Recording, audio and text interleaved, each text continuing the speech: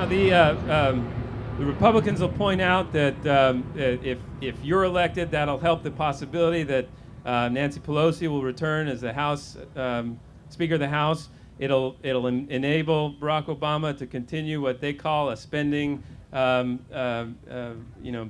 splurge.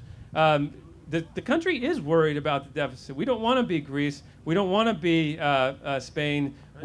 How are we going to get through that if we don't make tough decisions? Well, they ought to be worried about the difference between the talk and the reality. If you look at the Ryan budget, look what it does. It adds $2 trillion more in military spending than that the Pentagon itself has asked for. It adds $5 trillion in new tax cuts at a time when we're borrowing 40 cents out of every dollar we're spending. So you ought to be worried about that. I like the approach that Bill Clinton had. I don't know if you saw him. It seems like people made money under Bill Clinton. The budget was balanced. And I think we should return to that kind of approach where we're balancing the budget. We have an appropriate tax system that pays for the government, that's progressive, incentivizes job creation here, and will help us grow out of this recession. Let's say you're in Congress. Let's say it's 2009 and we're talking about what became known as Obamacare, the Affordable Care Act. What would you have added to it or changed if you had been in there? Well, I think it makes some good improvements. I think it's still a work in progress. Brian's been involved in 33 votes to repeal it, and he says he's going to replace it, but he won't tell you what he's going to replace it with. And that sends us back to a situation. But what about you? Is it perfect? It's not perfect. What would you have done to it? Well, I think there's a lot more work we have to do to increase affordability, particularly through incentivizing preventative care. I think if you can delay the onset of those chronic diseases like congestive heart failure or diabetes in the general population for 10 years, you're going to create a tremendous amount of savings in medical care.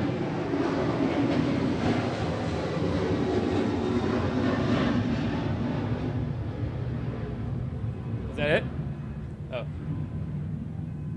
Well, I think that there's there's continuing concerns about making sure that the incentives are appropriate, that they're going to work. I think there are a lot of adjustments.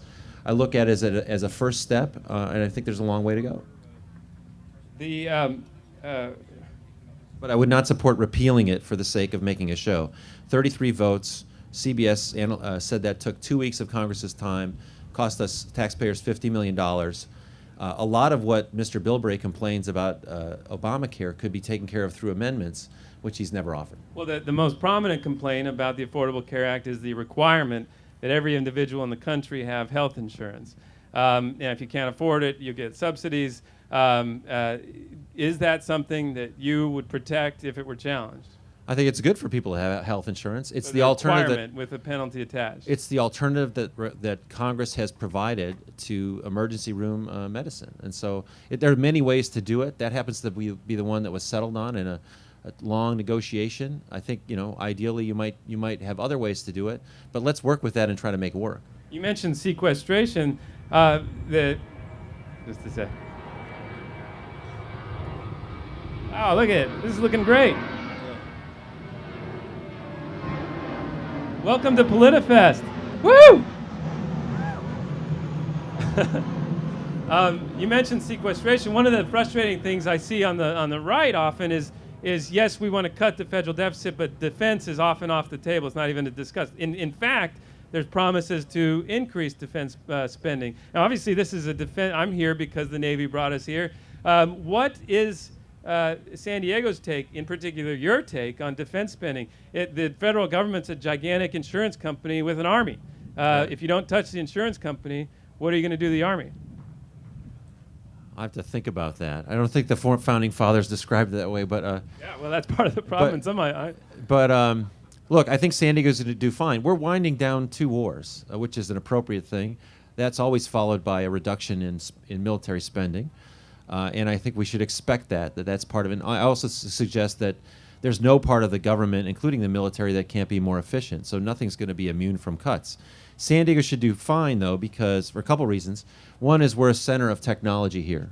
And increasingly, the military is going to depend on smarter technologies for our defense. San Diego is going to play a big part in that.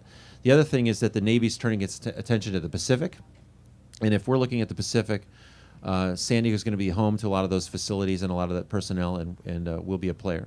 There's been talk of upward of 30,000 job losses here if this fiscal cliff is hit, if taxes go up, if the defense is cut the way that they fear. Right. What are you going to do if you get elected to aid this situation? Well, I mean, I think this is really an outrageous thing, and people seem to be assuming that this isn't going to happen, it's going to take care of itself. Look at the position we're in, because Congress couldn't do its job last summer. They couldn't actually talk to each other about what to do about the debt ceiling. So, and we waited long enough to kick that can down the road. We got our credit downgraded at the national level for the first time ever. So the 40 cents of every dollar that we borrow, that we spend, costs that much more to borrow. Now we've come to this draconian thing that they said they would never avoid, but the Republicans, in this case, have signed this pledge that they will not raise taxes on anybody. And Brian has this signed a pledge that he reaffirmed before the Tea Party this year. He was the headliner at Tea Party rallies. He says, I'm not going to raise taxes on anybody, no matter millionaires, billionaires. Oil companies' tax bills can't go up, even though they've never been more profitable.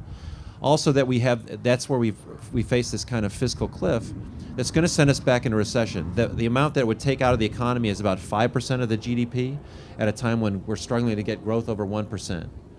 And so what I'm going to do is take the same approach we've taken here, which is to listen, solve problems, and work through things, but not accept that this is something that's inevitable.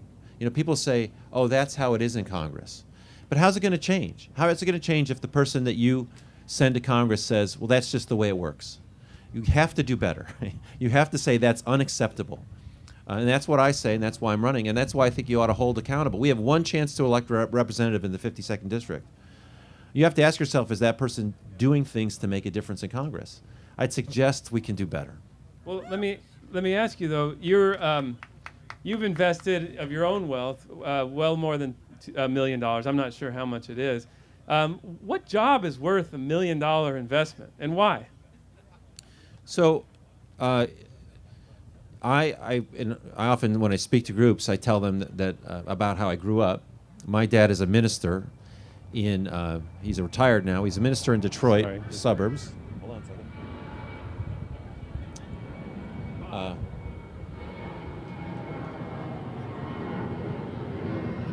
Isn't so bad.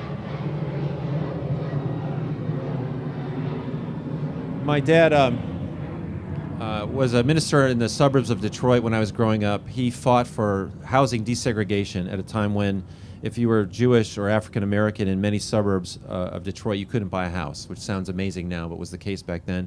He thought that was wrong and set an example for me of standing up when things aren't right. And I'm really proud of him that. But the other thing I'm really proud of is that he sent me and my three sisters to college on a minister's salary. And that was not an uncommon story in the 70s and the 80s. They saved their money. They borrowed against the house. My mom took a part-time job. I worked hard. I got into a good school. I qualified for some grants. I got financial aid, low-interest loans I could pay back over time. And I worked a work-study job for $2.65 an hour. I cleaned the pigeon cages in the psychology department, which was the lowest status job I had until I was elected to the city council.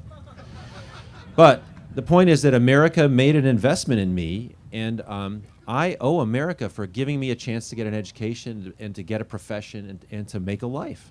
And I see that opportunity is being lost to middle-class kids across the country today because Congress isn't doing its job. So why am I doing it? Because I owe that to the country. I'm in a position to be able to help. I'm very fortunate now to be in a position to be able to devote my life to public service. That's why I do it, because I want other kids like me to have that same opportunity.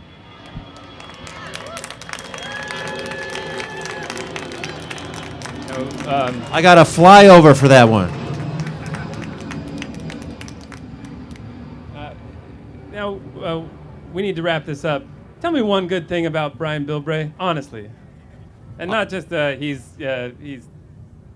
putting up the stage for me to win. I don't know, something. Well, I understand he surfs. I think that's good. And I think that it would be good for him to do more surfing. He seems to enjoy that, and that's a real San Diego thing. And I would say quite seriously, Part though, of the problem with divisiveness in Congress, though, is that you can't see any benefit in the other person, right? Look, let me just tell you something. We've had a heck of a week with Brian Bilberry, if I can just give you a couple of examples. So one was we heard at 6 o'clock in the morning one day that Mr. Slater was doing a radio debate with us at 7. We had knew nothing about it. Marianne called me. She says, "I don't know anything about this. Do you?" I said, "No." They called the station. They forgot to notify us, and they said right on the air, "We're sorry, our bad. Live and learn." Mr. Slater, very classy, said, "I'm sorry. Next time we'll notify both campaigns." Well, then Brian made a mistake, right? Brian sends out a press release that we dodged the debate. And another thing. So we heard that there's an independent person chasing Brian around and trying to make his life hell, which we didn't have anything to do with it. And we heard this story about how he's got a slumlord property in Imperial Beach, which is not the biggest issue in the federal campaign, right?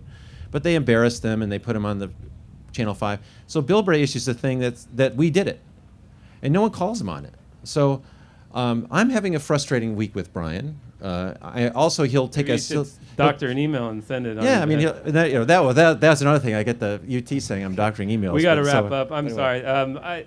If anybody is here from the Bilberry campaign, I'd be glad to do a situation like this with them.